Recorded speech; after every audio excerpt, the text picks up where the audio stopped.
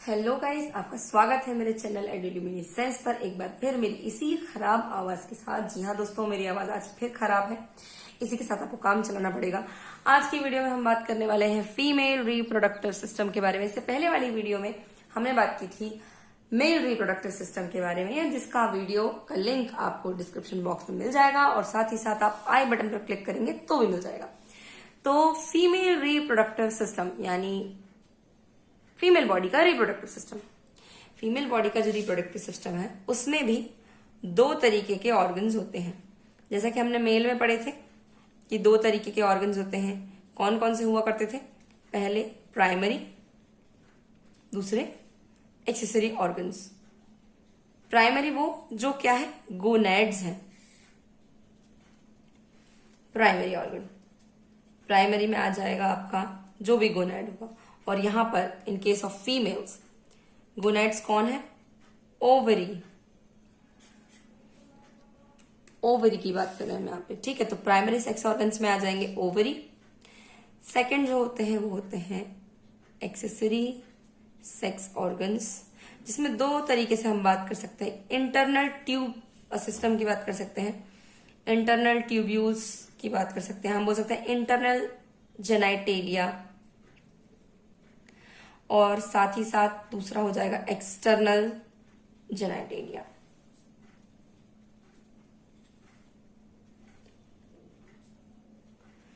तो अब यहां पे ई आना चाहिए। इंटरनल जेनाइटेलिया जो है उसमें कौन कौन सी चीजें की स्टडी की जाएगी, जैसे कि फैलोपियन ट्यूब्स,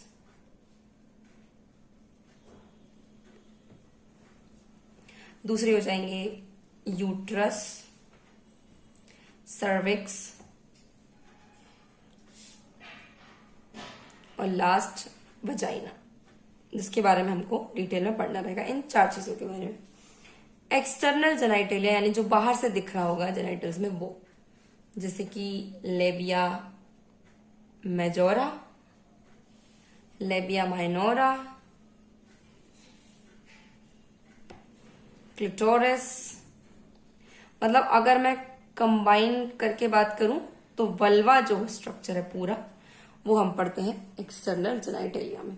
तो ये जो है इतनी चीजों की स्टडी करनी है हमको फीमेल रिप्रोडक्टिव सिस्टम के अंदर। तो चलिए हम डिटेल में शुरुआत करते हैं ओवरीज के साथ।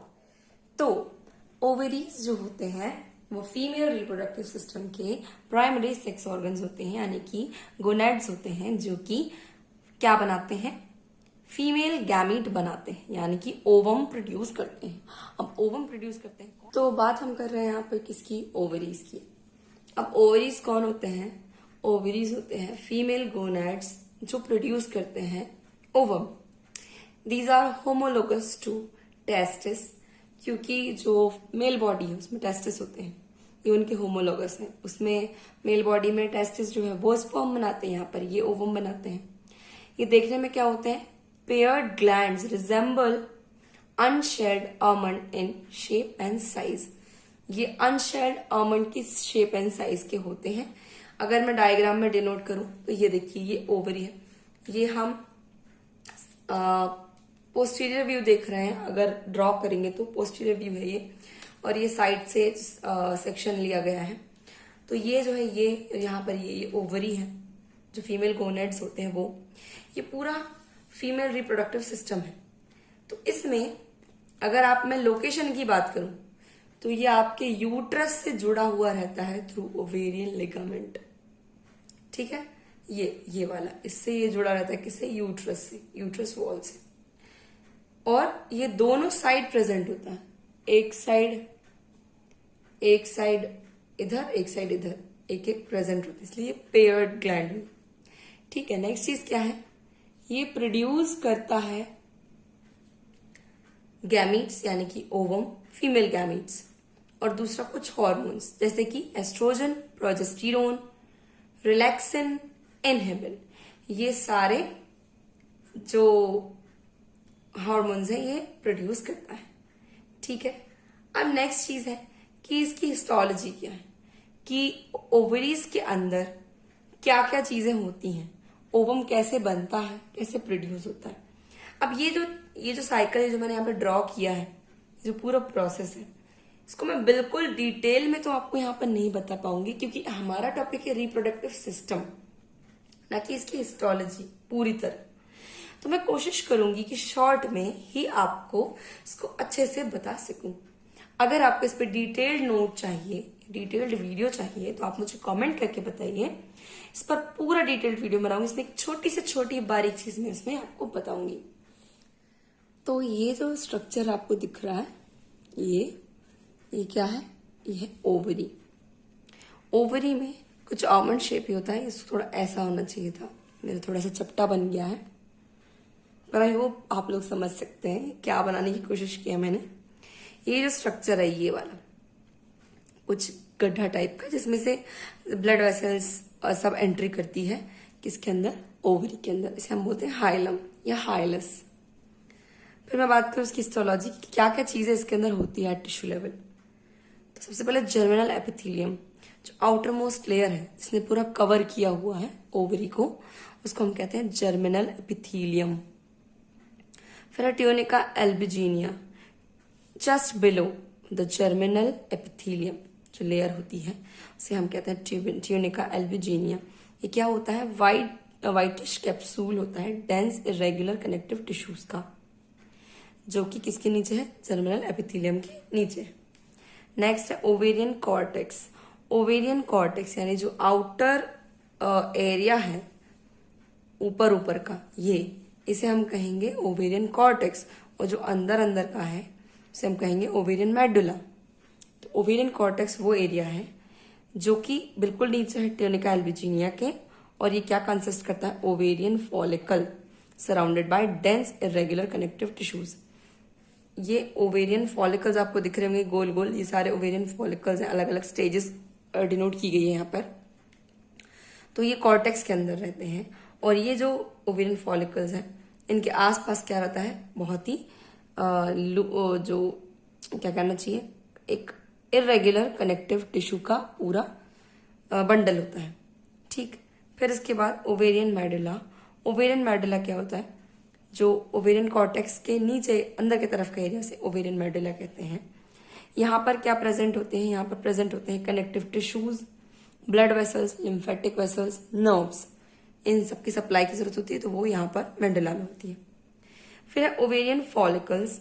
ओवेरियन फॉलिकल्स यानी कि यही जो बन रहा है ना, ये ओवेरियन फॉलिकल्स, ये क्या करते हैं? अपने अंदर कंसिस्ट करते हैं oocyte को। oocyte यानी वही जो ओवम है ना, उसकी अलग अलग स्टेजेस में उसको oocyte कह दिया जाता है combinedly. Primary oocyte, secondary oocyte, oogenesis में हम अगला जब वीडियो देखेंगे तो उसमें आपको पता चलेगा कि ये क्या है।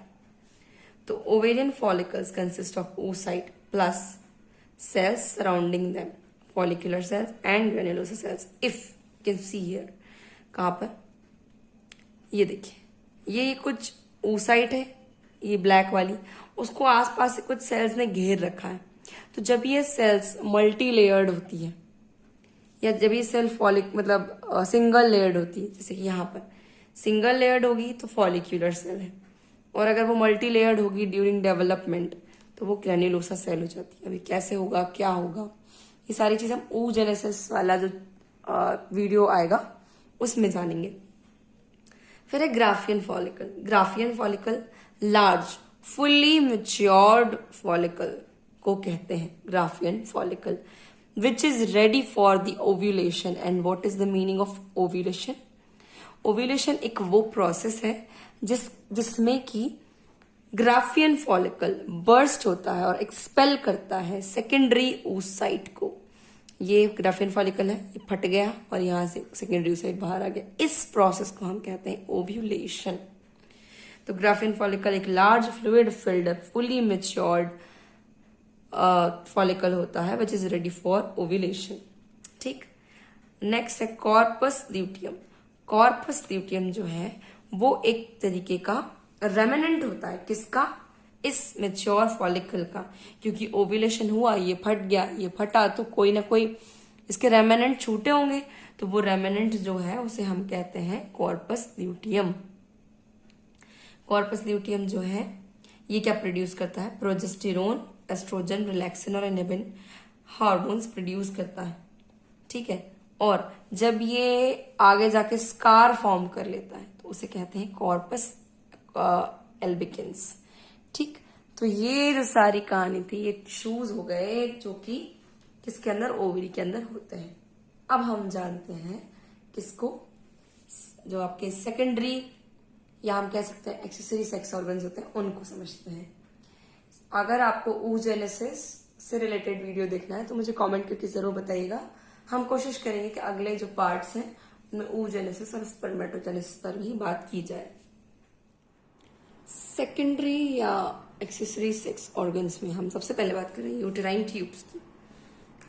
यूटेराइन ट्यूब्स क्या होती हैं? इनको हम फैलोपियन ट्यूब्स भी बोल सकते हैं। अगर मैं इस स्ट्रक्चर में आपको बताऊं, सी, ये जो यूट्रस से निकली हुई है दोनों तरफ, ये लंबी लंबी स्ट्रैंड्स टाइप से, या फिर यहां पर देख सकते हैं ये क्या है, ये है फैलोपियन ट्यूब। फैलोपियन ट्यूब को ही हम बोल सकते हैं यूटेराइन ट्यूब, या हम बोल सकते हैं ओविडक्ट। ठीक है, ये क्या करती हैं? सबसे पहले इनके होने का रीजन जानते हैं। इनका काम है ओवम को ओवरी से उठा के यूट्रस तक ले जाना। अब होता क्या है कि फर्टिलाइजेशन के लिए अगर स्पर्म अवेलेबल है तो इस फैलोपियन ट्यूब में ही फर्टिलाइजेशन होता है। तो this is the site of fertilization. जो आपकी यूट्राइन ट्यूब्स या आपकी फैलोपियन ट्यूब है वो ही फर्टिलाइजेशन का साइट है। फिर यहाँ पर फर्टिलाइज होकर जो जाइगोट बनता है वो यूट्रस में जाता है और इम्प्लांट हो जाता है। तो बहुत ही इंपॉर्टेंट रोल है इनका। ठीक है, ये क्या होती है, यूट्रस के दोनों तरफ लेटरली एक्सटेंड होती है और कम से कम 10 सेंटीमीटर तक लंबी ये हो सकती है। इनके अलग अलग पोर्शंस प्रेजेंट होते हैं। ये थोड़ी ध्यान देने लायक चीज है। आई होप मैं आपको ठीक से समझा पाऊँ। छोटे से डायग्राम में इसमें कुछ स्ट्रक्चर्स, 4 स्ट्रक्चर्स होते हैं इस फैलोपियन ट्यूब में। ये जो उंगली जैसे फिंगर लाइक प्रोजेक्शंस है इस तरीके के, यहाँ बस ऐसे, ये इस टाइप के जो प्रोजेक्शंस हैं ये वाले, इनको कहते हैं फिम्ब्री। क्या कहते हैं इनको? कहते हैं फिम्ब्री। यहाँ पे लिखा हुआ है मैंने, फिम्ब्री कहते हैं। और फिम्ब्री के जस्ट बाजू में ये जो फनल शेप्ड पोर्शन होगा, फनल शेप्ड है ना, ये वाला, जैसे मेरे हाथ में दिख रहा होगा आपको, ये फनल शेप्ड पोर्शन को हम कहते हैं इनफंडिबुलम। फिर और उसके ऊपर हम जाएंगे, जो लंबा स्ट्रैंड लाइक एरिया होगा, जैसे मान लीजिए हाथ में मेरा ये वो सजो है, क्या कहना चाहिए हमको, वाइडेस्ट लॉन्गेस्ट पोर्शन, उसे हम कहेंगे एम्पिला। और लास्ट में जो ज्वाइन करता है यूट्रस को ट्यूब के साथ में, छोटा सा शॉर्टेस्ट पोर्शन, उसको हम कहते हैं इस्थमस। तो 4 भागों में हम इसको बांट सकते हैं, एम्पिला, इस्थमस, इनफंडिबुलम और फिम्ब्री। ठीक, बात करूं इसकी हिस्टोलॉजी की, लेयर्स कितनी होती है, तो 3 लेयर्स होती है आपकी यूट्राइन ट्यूब्स में, mucosa, muscularis, serosa. Serosa is the outermost layer, muscularis बीच की लेयर, मिडिल लेयर, वो जो कैसी होती है, मस्कुलर नेचर की होती है। मस्कुलर नेचर की है तो इसमें मूवमेंट होगा ऑब्वियसली। ठीक है, मूवमेंट होगा, कौन सा, पेरिस्टाल्टिक टाइप ऑफ मूवमेंट होगा इसमें। ये किस चीज में मदद करता है, मूवमेंट में। किसके मूवमेंट, ओवम के, या फिर हम कह सकते हैं फर्टिलाइज्ड ओवम के। यहां से ओवम उठाया फिम्ब्री ने, इस तरीके से ओवम उठाया, कहां से, इस ओवरी से, और फिर वो गया यहाँ पर ट्यूब में। ट्यूब में उसको मूव करना रहेगा ना, तो मूव करने में हेल्प करेगी मस्कुलरिस लेयर की peristaltic movement. Last inner most layer mucosa, ये एपिथेलियम से बनी होती है। तो इसमें 2 तरीके के एपिथेलियल सेल्स होती हैं, एक होती है सीलिएटेड, एक होती है नॉन सीलिएटेड। ये सब चीजें ना मैंने यहाँ पे लिखी नहीं है, तो आई होप आप इसको ध्यान से सुन रहे होंगे तो आपको क्लियर हो जाएगा। तो इस म्यूकोसा के अंदर 2 तरीके के सेल्स हो गए, मीडिएटेड सीलिएटेड और नॉन सीलिएटेड। तो सीलिएटेड सेल्स होती है, उनका जो सीलियरी एक्शन है कन्वेयर बेल्ट जैसे काम करता है, यहाँ से ओवम को ले जाना और खिसका खिसका के उसको यहाँ तक लाना, फिर फर्टिलाइज्ड ओवम को यूट्रस में इम्प्लांट कराने का काम करने में हेल्प कराती हैं। फिर होती है non ciliated. Non ciliated cells को हम कहते हैं पेग सेल्स। जो पेग सेल्स होती हैं वो ओवम को न्यूट्रिशंस प्रोवाइड करवाती हैं जब वो यहाँ पर होता है तब। ठीक है, अब जैसे ही ओवम जो है वो यहाँ पर फर्टिलाइज्ड हुआ, तो फर्टिलाइज होगा कब, ओव्यूलेशन होने के 24, ध्यान समझिएगा, ओव्यूलेशन होने के 24 घंटे के अंदर अगर कोई स्पर्म अवेलेबल है यहाँ पर, तो उसका क्या हो जाएगा, फर्टिलाइजेशन हो जाएगा विद इन 24 आवर्स। फिर इसके बाद वो फर्टिलाइज्ड ओवम जाएगा यूट्रस में और इम्प्लांट हो जाएगा, और जाइगोट मतलब जाइगोट बना के वो वहां पर इम्प्लांट होगा। तो इस प्रोसेस में लग जाते हैं 6 से 7 दिन।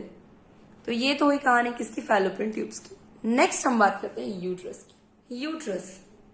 यूट्रस जो है वो क्या होता है, site of implantation of fertilized ovum.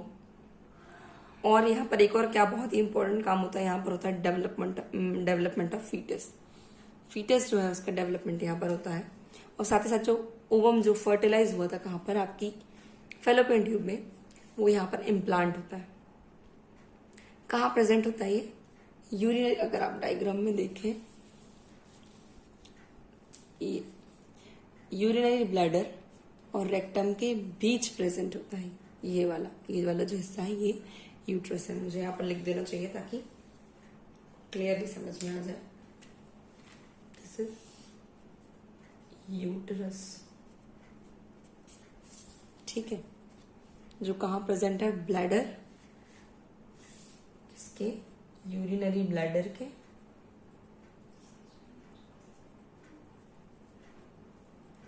और रेक्टम के बीच प्रेजेंट है, ठीक है। इसके बाद इसके एनाटॉमिकल सब डिविजन्स की मैं बात करूं कि कौन कौन से इसके पार्ट होते हैं।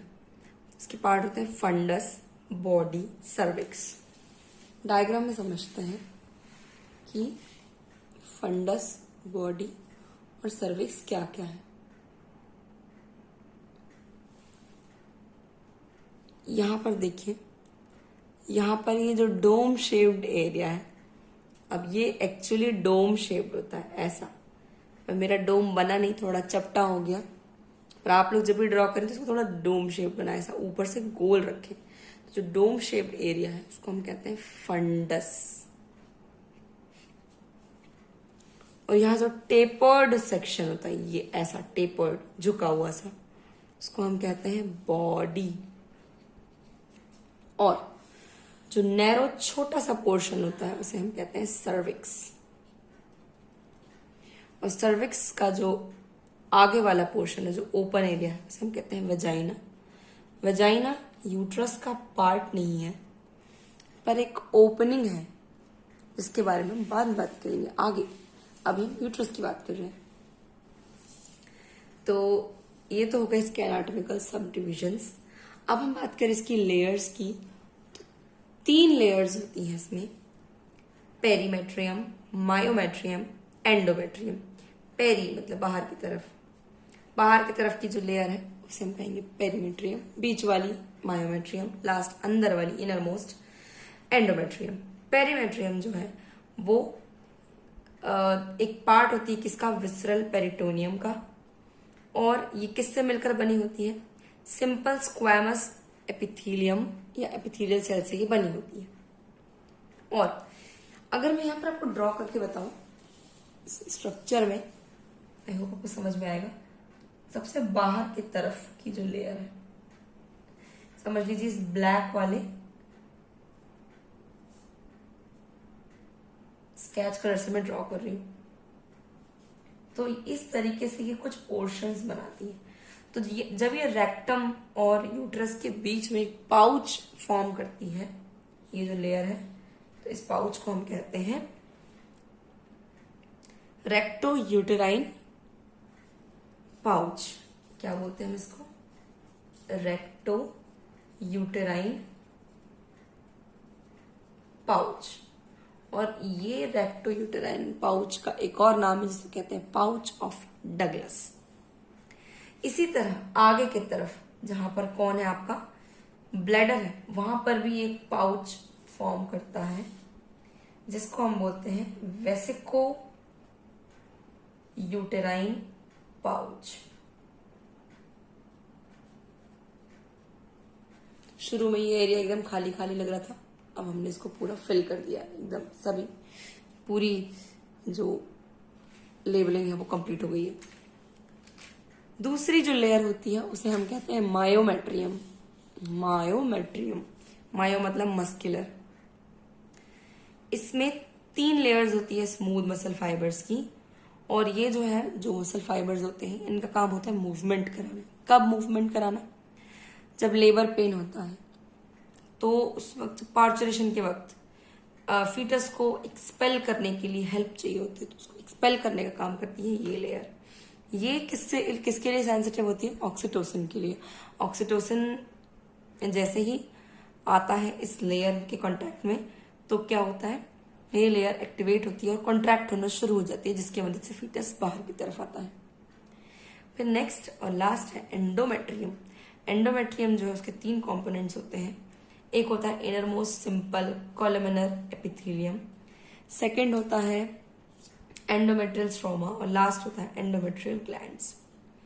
तो ये लेयर्स हो गई किसकी? यूट्रस की।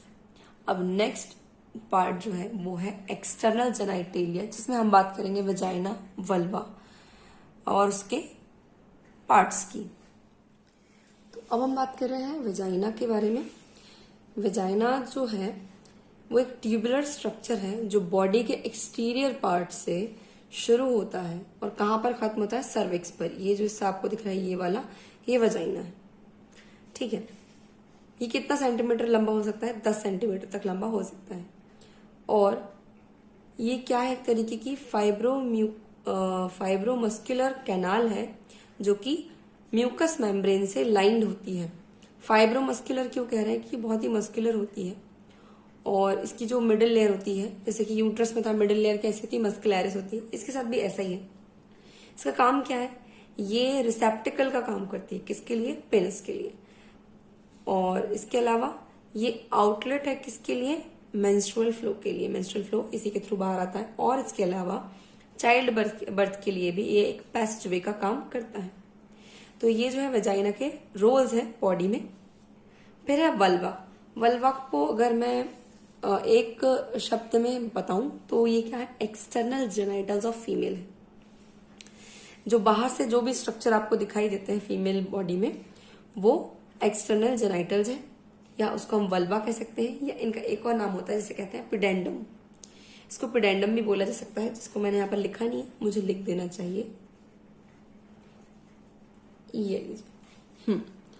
तो अब इसमें बहुत सारे अलग अलग पार्ट्स होते हैं, सब पार्ट्स होते हैं। कौन कौन से? सबसे पहला है मॉन्स प्यूबिस। मॉन्स प्यूबिस मतलब एक स्ट्रक्चर जो बाहर की तरफ से आपको दिखाई देता है, जिसमें क्या होता है? एडिपोज टिश्यूज होते हैं, जिस पर हेयर्स होते हैं, प्यूबिक हेयर्स होते हैं, जिसको हम बोल सकते हैं एक माउंटेन टाइप का जो स्ट्रक्चर है उसे कहते हैं मॉन्स प्यूबिस। मॉन्स प्यूबिस से निकल कर 2 लॉन्गिट्यूडनल लिप लाइक स्ट्रक्चर जो बनते हैं उनको कहते हैं, ये जो 2 सेक्शंस में डिवाइड हो जाता है मॉन्स प्यूबिस, इसको कहते हैं लेबिया मेजोरा। लेबिया मेजोरा के बीच में जो 2 लिप लाइक स्ट्रक्चर्स होते हैं उनको कहते हैं लेबिया माइनोरा। पहले मेजोरा है, बड़े वाले जो है, और छोटे वाले माइनोरा। क्लिटोरिस। क्लिटोरिस क्या है? एक तरीके का सिलेंड्रिकल पार्ट है जो कहाँ प्रेजेंट होता है? लेबिया माइनोरा के बीच प्रेजेंट होता है, और मतलब एंटीरियर पोर्शन में, उससे थोड़ा ऊपर जाके सामने प्रेजेंट होता है। नेक्स्ट है वेस्टिब्यूल। वेस्टिब्यूल जो है, जो लेबिया माइनोरा के बीच में, मतलब क्लिटोरिस तो उसके ऊपर है। जैसे मैं अगर स्ट्रक्चर ड्रॉ करके दिखाऊं तो कुछ यहां पर जो है ये लेबिया माइनोरा है, तो यहां पर जो स्ट्रक्चर है वो क्लिटोरिस है। उसके बीच में जितना स्ट्रक्चर बचता है वो कौन है? वो वेस्टिब्यूल है। और बल्ब ऑफ वेस्टिब्यूल क्या होते हैं? जो वेजाइनल ओपनिंग है उसके आसपास जो इरेक्टाइल टिश्यूज होते हैं उनको कहा जाता है बल्ब ऑफ वेस्टिब्यूल। अब इन स्ट्रक्चर्स में क्या होती हैं? जो वेजाइनल ओपनिंग है और यूरेथ्रल ओपनिंग है उसके आसपास कुछ ग्लैंड्स होती हैं, जैसे कि स्किनी ग्लैंड और बर्थोलेंस ग्लैंड, जो कि क्या करती हैं? म्यूकस का सिक्रेशन करती हैं। फिर इसके बाद है पेरिनियम। पेरिनियम क्या है? पेरिनियम है diamond shaped area middle to the thighs and buttock of both males and female. ये तो दोनों के लिए है, जो कि हमने मेल सिस्टम में बात नहीं की थी, पर वो जो स्ट्रक्चर होता है जो थाई के बीच में इस तरीके से डायमंड शेप का बनता है, जिसमें आपके दोनों पोर्शंस आ जाते हैं, इस ऊपर के पोर्शन पर आपका यूरोजेनाइटल सिस्टम आता है और नीचे के पोर्शन पे आ जाता है एनल ओपनिंग आ जाती है, हमको बोल सकते हैं एनस आ जाता है। तो ये जो स्ट्रक्चर होता है इसको बोलते हैं पेरिनियम। तो इसमें मेल में अलग स्ट्रक्चर्स प्रेजेंट होते हैं और फीमेल में अलग। तो फीमेल में यही सारे जो आउटर स्ट्रक्चर्स हैं ये प्रेजेंट होते हैं पेरिनियम में। ठीक, तो ये तो था जो पूरा वीडियो था हमारा किस पर, फीमेल रिप्रोडक्टिव सिस्टम के ऊपर। अब अगले वीडियो में हम बात करेंगे oogenesis और स्पर्मेटोजेनेसिस की।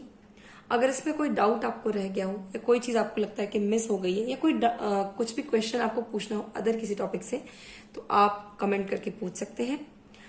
और अगर आपको मेरी वीडियोस अच्छी लगती हो तो इसे लाइक कर दीजिएगा, मेरे चैनल को सब्सक्राइब जरूर कीजिएगा और इस वीडियो को अपने फ्रेंड्स के साथ शेयर जरूर कीजिएगा। Thanks for watching.